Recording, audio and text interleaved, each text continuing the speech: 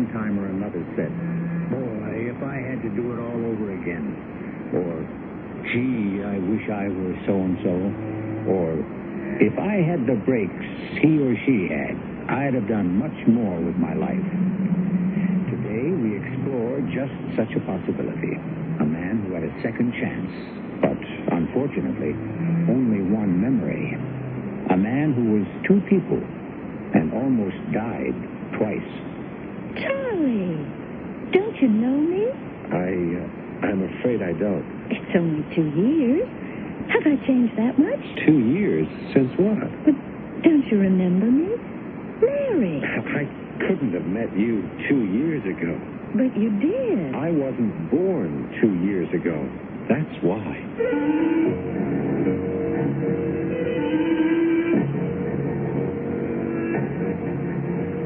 Our mystery drama, Stranger from Nowhere, was written especially for Mystery Theater by James Agate Jr. and stars Paul Hecht. It is sponsored in part by Contact, the 12-hour cold capsule. I'll be back shortly with Act One.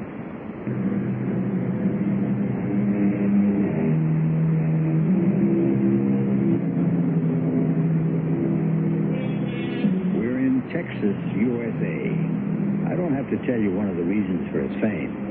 I shan't name names or actual sites, but the reason is space. One of the main space centers of the country is there. It is also where you'll find geneticists, scientists, and the newest electronic gear listening to space out there for whatever or whoever is out there. More I can't say because I think Uncle Sam is still a little sensitive about the strange case of Charlie Robinson. It's symbolic, really, the way Mary came into my life on the merry-go-round. It was late Saturday night. I'd spent all day at the carnival watching the people with their children having fun on the rides, the slides, sticky cotton candy all over their faces. Made me wish I was married and had a kid of my own. Then the place emptied, and I got onto the merry-go-round for a last ride. I love riding on these things. Looks like we're the last grown-ups left in the old Tex Carnival. Hi. Hi. What's that? You're riding on a giraffe? Oh, no. This is an ostrich. Doesn't going around like this bring back your childhood? No, I never had one of those. Charlie Robinson, it's not you. It couldn't be. How'd you know my name? Oh, typical. Typical Charlie to be riding a white horse. What do you mean? Always riding off in some strange direction, your banner flying. Look, why don't you explain yourself? Well, I'll try to as soon as this merry-go-round stops. Phew. Hey, that is some unusual power you have. Oh, I thought so, too. All I have to do is say, "Stop the merry-go-round, I want to get off," and it stops. So, you don't recognize me, Charlie? Haven't a clue. Wish I did. Does the name Mary mean anything to you? Is it yours? Mm-hmm. Has been all my life. Oh, you're embarrassed, aren't you, Charlie? Never thought we'd meet up again, did you? Why did you leave? I am sorry to say this, but I don't know you at all. In 2 years, have I changed that much? 2 years? Since what? Well, that's when we met 2 years ago. It's Mary. Oh, don't tell me you don't know me. I couldn't have met you 2 years ago. Well, what do you say? I wasn't born 2 years ago, that's why. Oh, Charlie, stop kidding around. What do you want me to believe? That you're only 2 years old?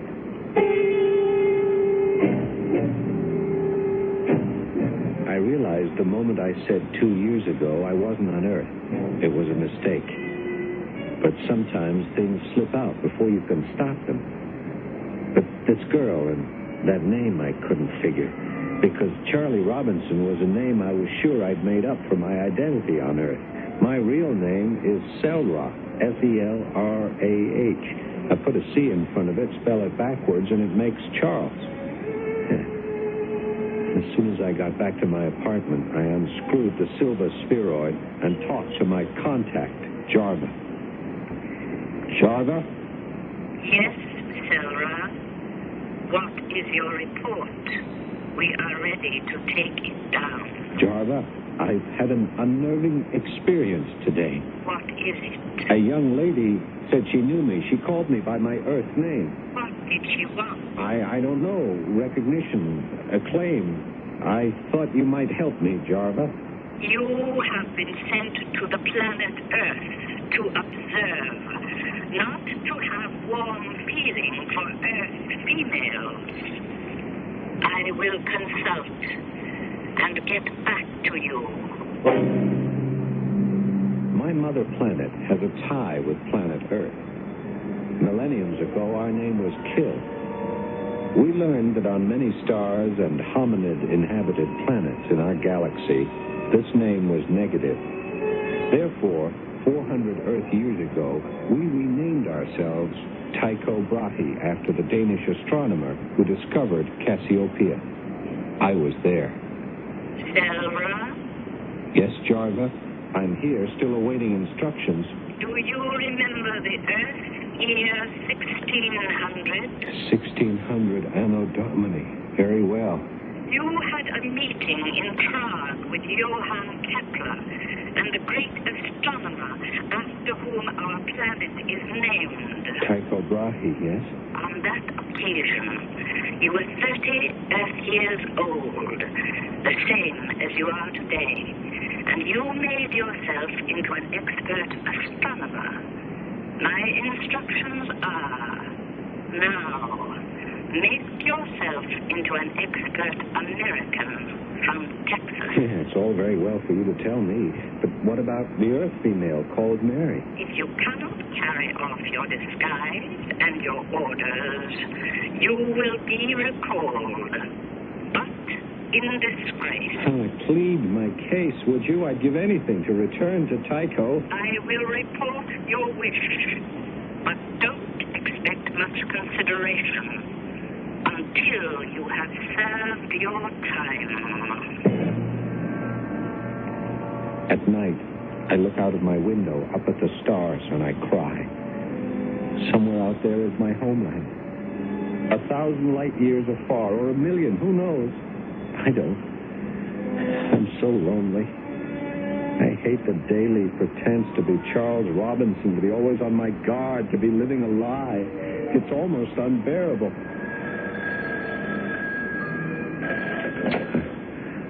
Hello? Tracked you down, didn't I? Who is this? Charlie Robinson. Don't give me that who is this routine. It's Mary, and you know it is. Oh, yeah, of course. I was just sitting here.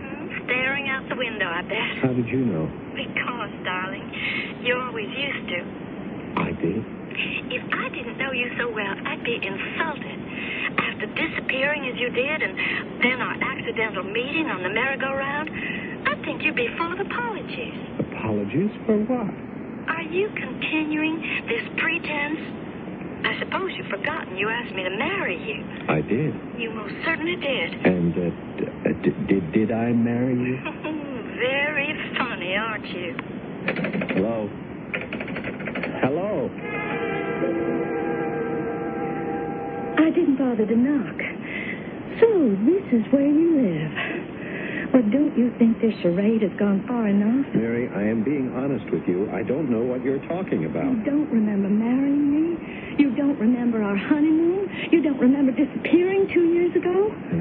Tell me more about myself. There's not that much to tell. What are you trying to make me believe? You have amnesia? Please tell me about myself, whatever you know. Okay, if that's the way you want to play it. You had a good job here in Houston in space research. We went on our honeymoon to the Solar Disturbance Forecast Center in Colorado. We came home, you disappeared. No one ever saw you again. Solar Disturbance Center, huh? I had no idea you all were that far advanced in cosmic investigation. Charlie, how can you look me in the face and say this is all news to you? If that blank expression is your way of avoiding responsibilities, you've got another thing coming. Look, I'm willing to be nice about all this, but you'd better remember real hard that you are married. Jarva? Yes? the latest you report? I'm married to an Earth woman 2 years ago. Was that necessary for your research? You don't understand. I've been given a body identical to someone called Charles Robinson who lived on Earth 2 years ago and disappeared. I know. You knew all along and never warned me? We didn't wish to impede your research. Well, what am I going to do? Be friendly, up to a point. You are to make friends with more Earthlings. You have been given a 30-year-old body. Get to know Texas people. Do what a 30-year-old Earthling does.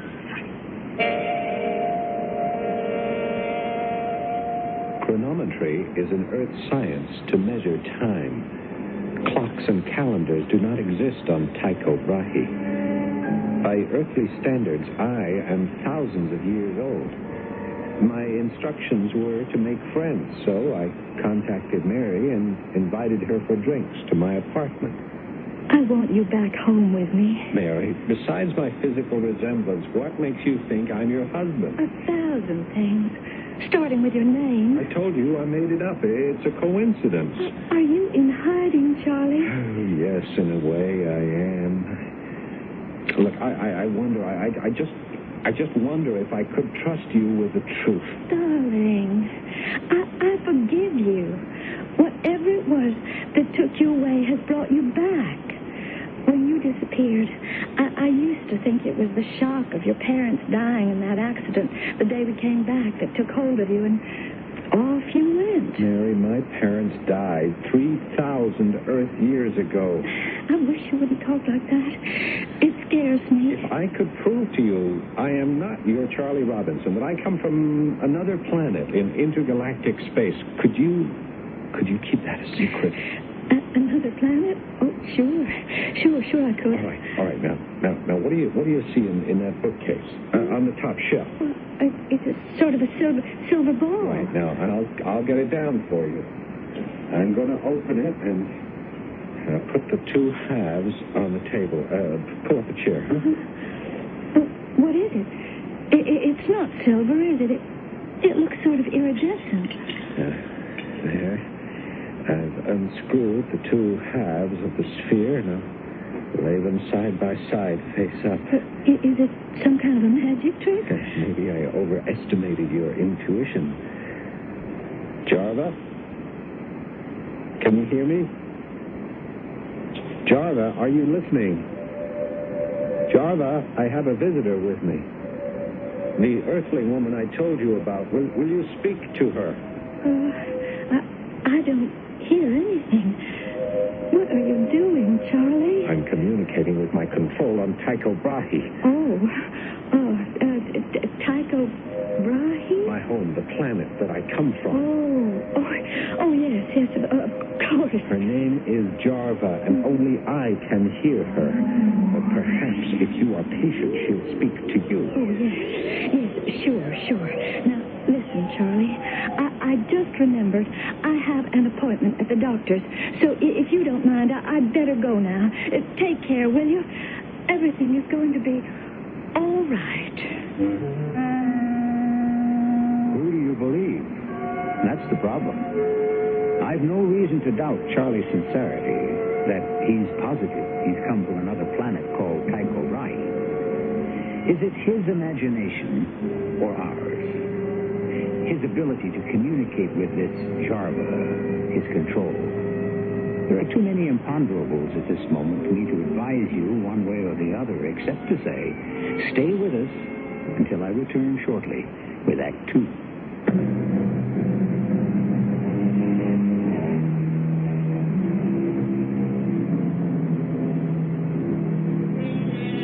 A clear case of amnesia?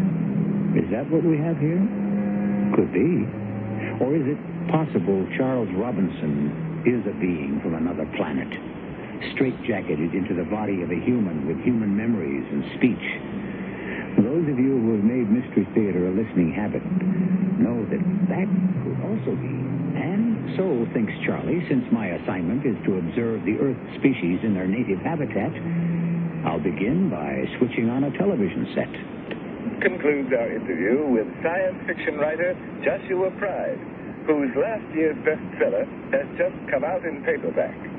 Mr. Pride, have we left out anything we ought to mention?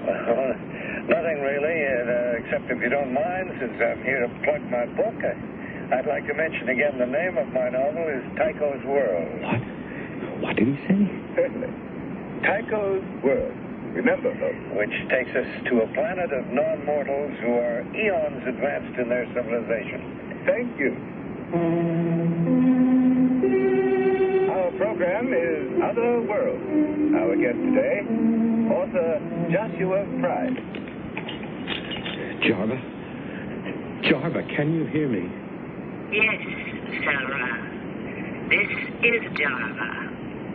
Why do you call me? I just turned on a Houston, Texas television channel, and they were interviewing a science fiction writer. Now, this writer has written a book called Tycho's World, supposedly about our world. You must be mistaken, Sarah. Are you certain? I am very sure, but how could he know? What earthling would have any idea? Well, someone's at the door. Who is it, Jarva?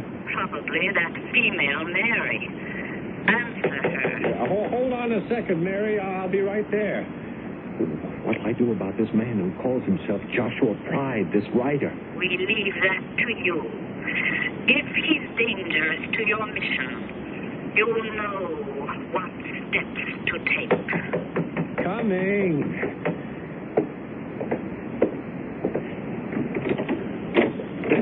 Oh, I'm awfully sorry. I was watching television. I didn't hear you. I was beginning to get worried. Can I come in? Sure, why not? Why are you here, Mary? I've come to apologize. For what? For running out on you the other day. Remember? You were going to communicate with your control in another world. I got scared. I thought you were crazy. And what do you think now? That you need me. Now, look, Mary, something has happened.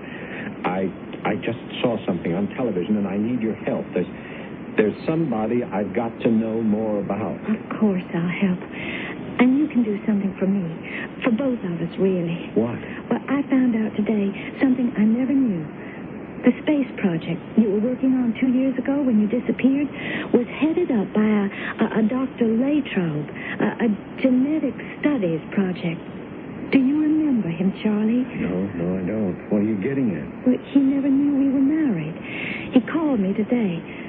He would like me to bring you to see him. Mary, I am not that Charles He Robinson. says he worked with you. I think maybe he could help straighten things out. Oh, all right. I'll see him.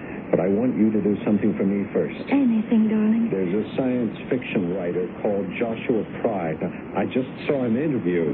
Joshua Pride? Oh, of course. I took a creative writing class with him last year. He lives here in Houston. I want to meet him. It's very important. I'll do my best. Can I see him today, tomorrow? I have no idea. I'll go to talk to him. I'll find out when he can see us. Not us, Mary. Me, alone. I have to see him alone. Do you understand? Mr. Pride, it was good of you to let me see you on such short notice. I didn't think you remembered me. Well, of course I did, Mary. For a former student, I'm always available. Besides, you sounded so distressed on the phone. What's on your mind? Well, 2 years ago, I married my husband. He was working at the Space Genetics Research Center. I didn't know that then. It was also hush-hush. And then Charlie's parents died, and a day later he disappeared. He just vanished.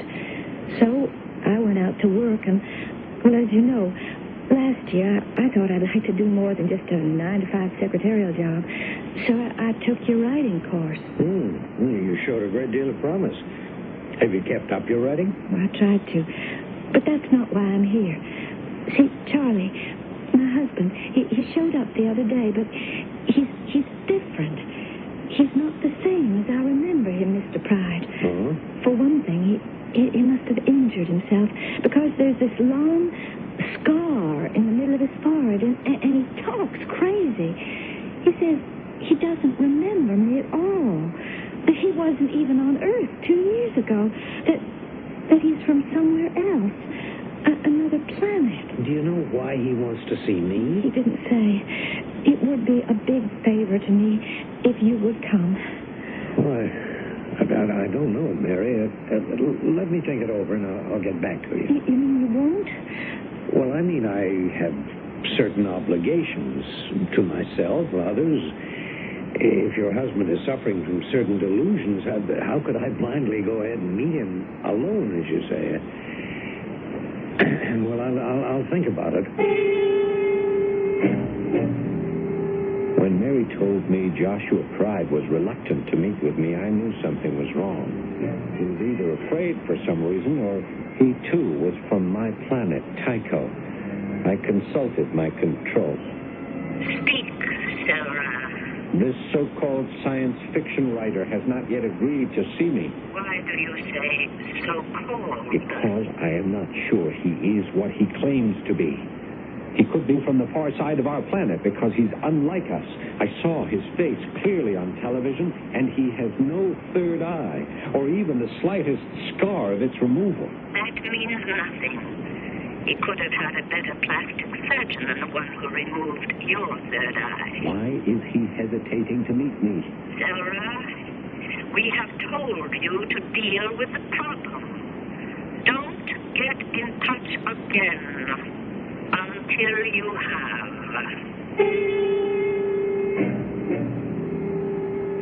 Is this disguised entity from our galaxy, or even the far side of our planet, has been sent to stop my work? He must be disposed of. I purchased a copy of his book, Tycho's World, and a revolver.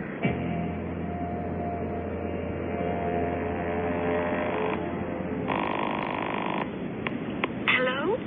Mary Robinson? Mr. Pride? Is that you? Yes, it is. Look, I've given a good deal of thought to your situation, but I'm afraid I can't help. You don't mean you can't help, but that you won't. Well, whichever way you want to interpret it, to invite a complete stranger to my house for me to see it, well, let's put it this way, Mary. I just don't have the time. I'm sorry I asked you, Mr. Pride. I had no idea. And of course I understand. However, Mary? She hung up on you, didn't she? Who are you? How did you get in here? Your front door was unlocked. I'm Charles Robinson, the man Mary wanted you to meet. May I sit down?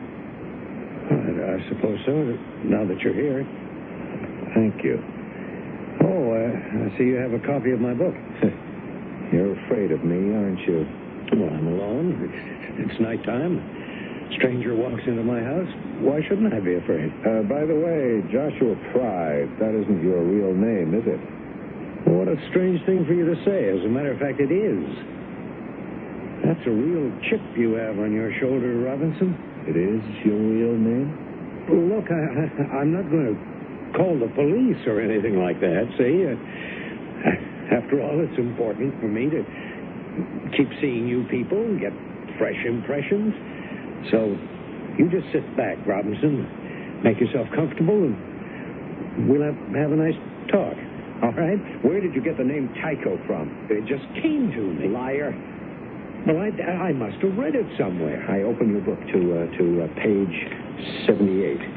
Here you say this planet Tycho was once named Argon, but in honor of a Danish astronomer, the name was changed to Tycho Brahe. How did you know that? Well, heavens, the foggiest. It seemed like a good idea. Yeah, of course, you only have half of it. Our planet's original name was Kill, not Argon. My dear man, I used the word Argon because I could then call the early space and time travelers Argonauts. That's why. Yeah, you're mistaken about that also. You're quite wrong. Robinson, Charlie, it's all made up, invented. It's not right or wrong. There is no such thing as space on Tycho. We are time beings and time travelers only.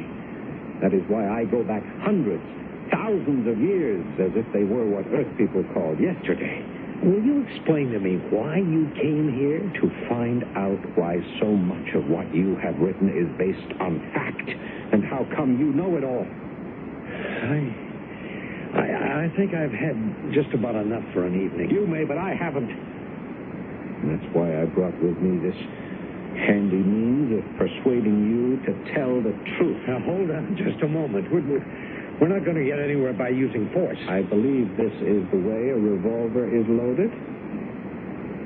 Here, I marked this page 148. You talk about how each traveler to Earth is assigned a control. Yes, I do. And here on the next page, 149, you call this control by the name of Jarva. Now, don't tell me this is also a coincidence, that Jarva came to you out of the blue. But it did. I made it up. It's all fiction. Most of it is fact. You say... I know. Because Tycho is my home. You're mad. You are either one of us masquerading as human, as I am, or you are here to unmask me. Let me see. How does this safety catch work? Oh, yes. To think what you're doing. Over the centuries, I've come often to Earth to watch, to report, and return. Sometimes I have to destroy an enemy, an unworthy creature. I'll tell you anything I possibly can, but put that gun down. It could go off. Unless you tell me by what right you use the name of my planet and my people, I have no alternative but to fire. No, don't. If you are from Tycho, a bullet won't dispose of you. You know that. I know that. Of course, if you are human, it means the end. Stop, Robinson. Yes, I am from Tycho. Yes, I've been assigned to spy on you.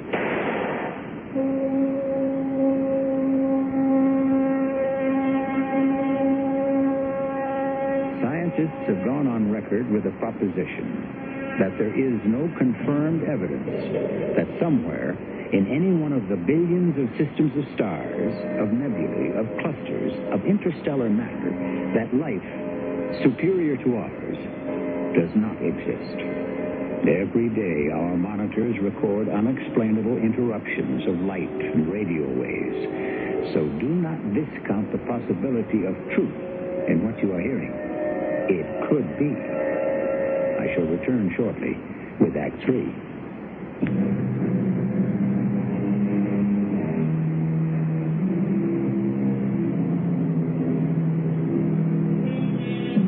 As our story becomes more intricate, it also becomes more incredible. A creature arrives on Earth, the duplicate of a man who has disappeared, identical except for a third eye, which he has had surgically removed. The creature is called Charlie Robinson. He thinks like a man, yet often talks like a history book. He's controlled by a voice contained in a silver sphere. He has just shot a writer called Joshua Pride. Mary, what are you doing here so late? I had to see you, Charlie. I called and called, but you weren't here. I have to go out. I've made a date for us to see Dr. Latrobe. Who's that? Charlie, remember your promise? You said you'd see him. Did I say that? The man you worked for here in Houston 2 years ago in Space Genetics, he's waiting for us now. Now? It's 11 o'clock at night. He said he'd see us now. Please, Charlie, we must. What's the hurry? It's for your own good. You promised. I don't understand why we can't go see this man tomorrow. I'm very tired. Tomorrow will be too late, believe me. Why? Why? Because your life is in danger. Please come. Oh, no. Charlie, is there a back way out of this apartment? I don't understand. You don't. Tonight, you tried to kill Joshua Pride. You fired a gun at him. He called me as soon as you left. I'm trying to save you. Now do you understand? Those are police down there. What will they do to me? Attempted murder. Probably put you in jail. I'm the only one who knows. Whatever you did, it wasn't your fault. Hurry, please. Prison? There isn't a prison on Earth that could hold me.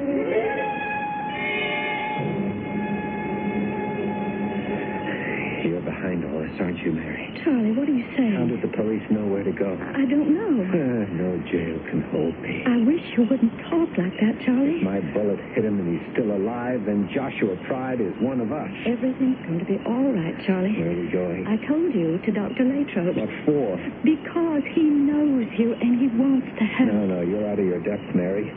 All of you earthlings are digging their own graves. You don't realize it, but you are. We're not far from Dr. Latrobe's house. What none of you realize is that your precious Earth belongs to the lowest scale of all terrestrial planets, composed of silicates and metals. Right, now just 100 yards more or so. Now, can you see his upstairs window through the trees, Charlie? It's lit. He's there. Jarva. I can't go without Jarva. I've left her at my place. Come on, now don't No, stop. I have to go back. They'll find her and destroy her. Charlie, what are you talking My about? contact, the silver sphere. Jarva, my control. It's my only way of communicating with my planet. I've got to go back. The police have your apartment surrounded. They're bound to. You can go back there and they'll capture you. Let me go back for you. You would? Charlie, you're my husband. I love you. I'd do anything for you. Now, where is that silver sphere? It's on the bookshelf to the right of my bed. Top shelf. I'll find it. Promise me not to move. You sit right there by that birch tree until I get back.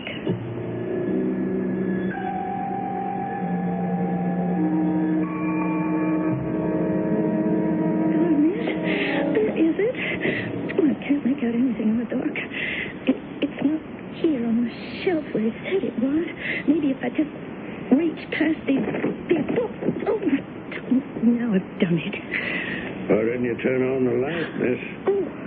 You can see what you're doing much better. I was just... I know. You were just looking for something to read. You're a policeman. That's right. I was just looking for something for a friend. You happen to know where we could find him, miss? Find him? Who? Your friend. Isn't his name Charles Robinson? I know, Charlie. Oh, yes, I do. You know where he is now? No, I don't. No, not at the moment. You know he attempted to commit a felony? Oh. Obviously you do. I'm on duty here, miss, to apprehend anyone who shows up, so I'm going to have to ask you to come along with me to the station house. I can't do that, officer. It's very important that I find something Mr. Robinson left here. If it's a revolver you're looking for, don't bother. It's been recovered. I've got it. See, it rolled under the bed. Is that what you came for, a silver ball? Yes, it's important to Charlie. Okay, let's go bring it to him. Oh, I couldn't do that. I promise. You don't seem to understand, miss. Assault with a deadly weapon. Robinson, the perpetrator, tried to kill someone, a stranger to him. For his own safety, he'd better be picked up. Could I go first and sort of explain it to him? You see, I'm his wife. Let me just have a look at that silver ball. I want to make sure it's no bomb or anything. What is this? It's empty. To you and me, it's empty. That's right. Okay. It's all yours. It's hard for me to explain, but my husband wants it very much.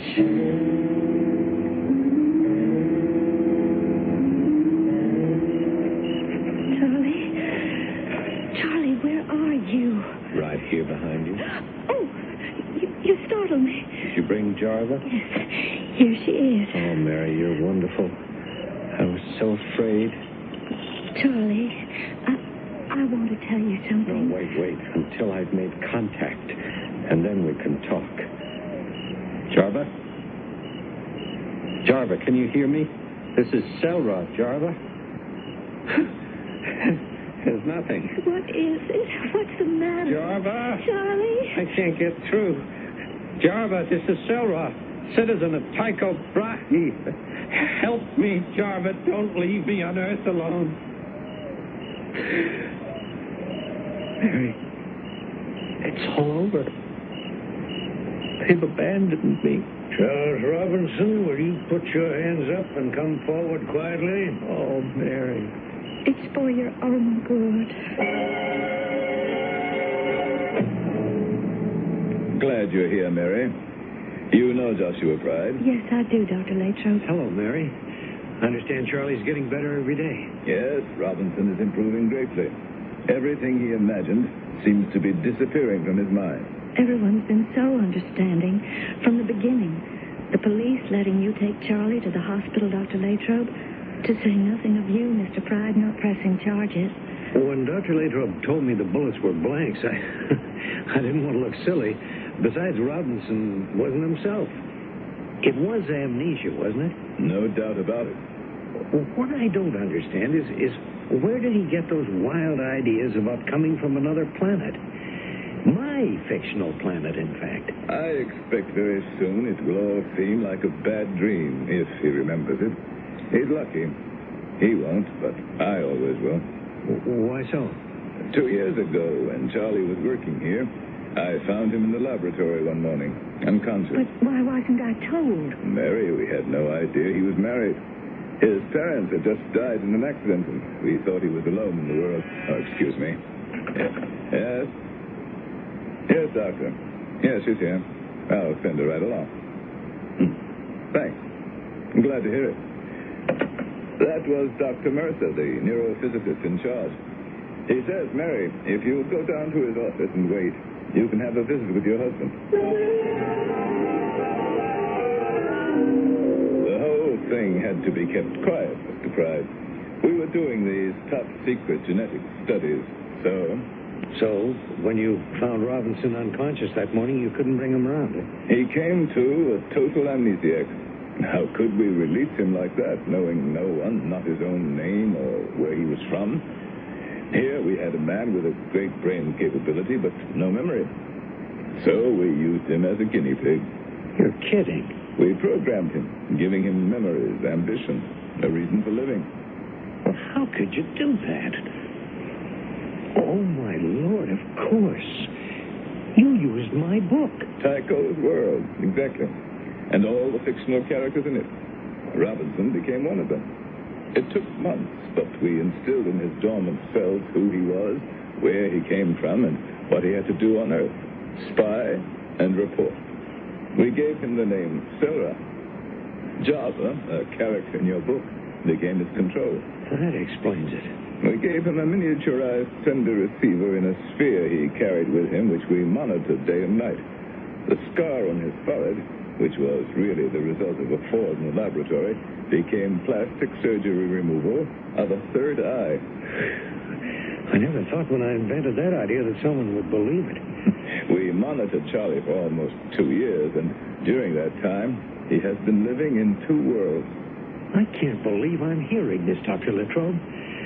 I'm appalled and very angry. To tamper with a man's brain, officially no less, is the most criminal assault on a human being that I can imagine. To make a man lose 2 years of his life, it's unforgivable. You don't understand.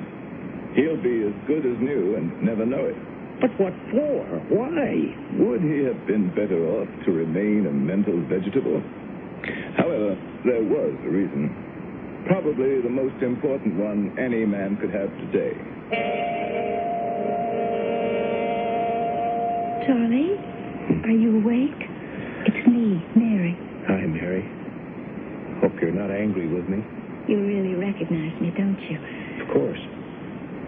I apologize for ending up in the hospital the first week we're married like this. You just get well, and we'll pick up where we left off.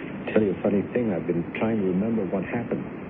Was it last night or the night before my first back at Dr. Latrobe's lab? I know I was working late. You didn't call me. I was getting worried. What's a new bride going to think? I was standing on one of those lab tables to change a light bulb in the ceiling that had gone out. That's all I remember. I must have fallen and knocked myself out. See the scar on my forehead? I really heal fast, don't I? Hey, you're in good shape, darling. And Latrobe's not mad at me for holding up the experiments? How long have I been here? A day or 2? Nobody's mad at you, Charlie. Oh, Mary, I'm getting awfully sleepy. They keep giving me these drugs so I relax. And I'll come back to the hospital. You better. I want to go home tomorrow. You have my word to keep it quiet. Why did you pull that mind indoctrination on Robinson? This government has reason to believe emissaries from other planets are at this very moment right here on Earth, living among us, disguised as human beings. By programming Robinson, following his every move, we hope to learn something about the reasoning process of such a non-mortal person, a creature from outer space who is sent here and must deal with life in our world. I don't know. Why not live and let live, Doctor? Because it's about time we found out whether, in this vast universe, we have friends or enemies.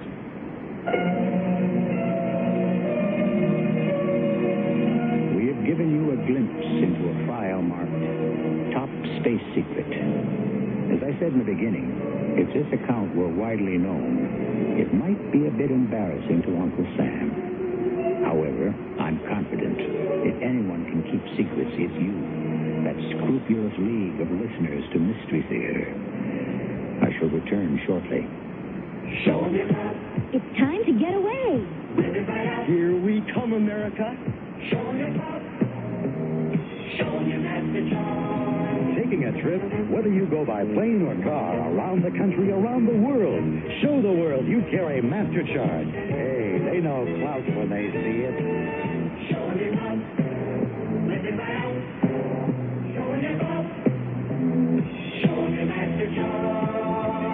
For a wonderful trip. For places to see, Places to eat. places to sleep, Places to shop. for all the clothes, For all the gear. for cameras, Film. radios, For instant cash. for whatever, Wherever. whenever. Show them your clout and travel easy. No matter where you travel, no matter how far you roam, they speak Master Charge. They understand clout.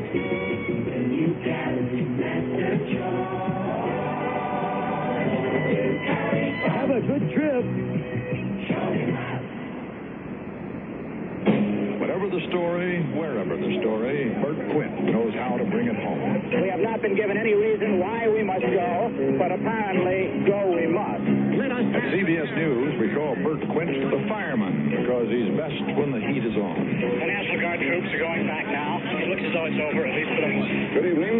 That's a strong from Arkwright and Company, only on the CBS Evening News. Weeknights on the CBS Television Network.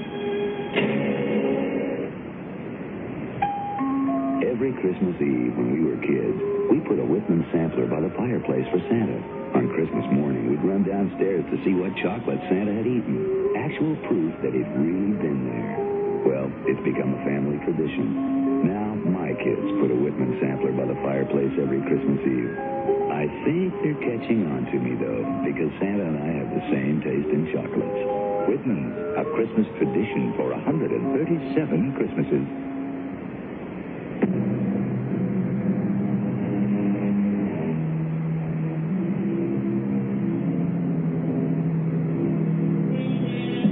Automated and impersonal world, in a society that trusts the readouts of a computer rather than the readings of the human heart, nobody can close his mind to the possibility that someday science may become the ultimate deity. So, as the facts become known to me, I shall continue to open secret doors to the universe so we may be forewarned of the mysteries of the future. Our cast included Paul Hecht, Carol Teitel, Court Benson, and Gordon Heath. The entire production was under the direction of Hyman Brown. This is E.G. Marshall inviting you to return to our Mystery Theater for another adventure in the macabre. Until next time, pleasant dreams.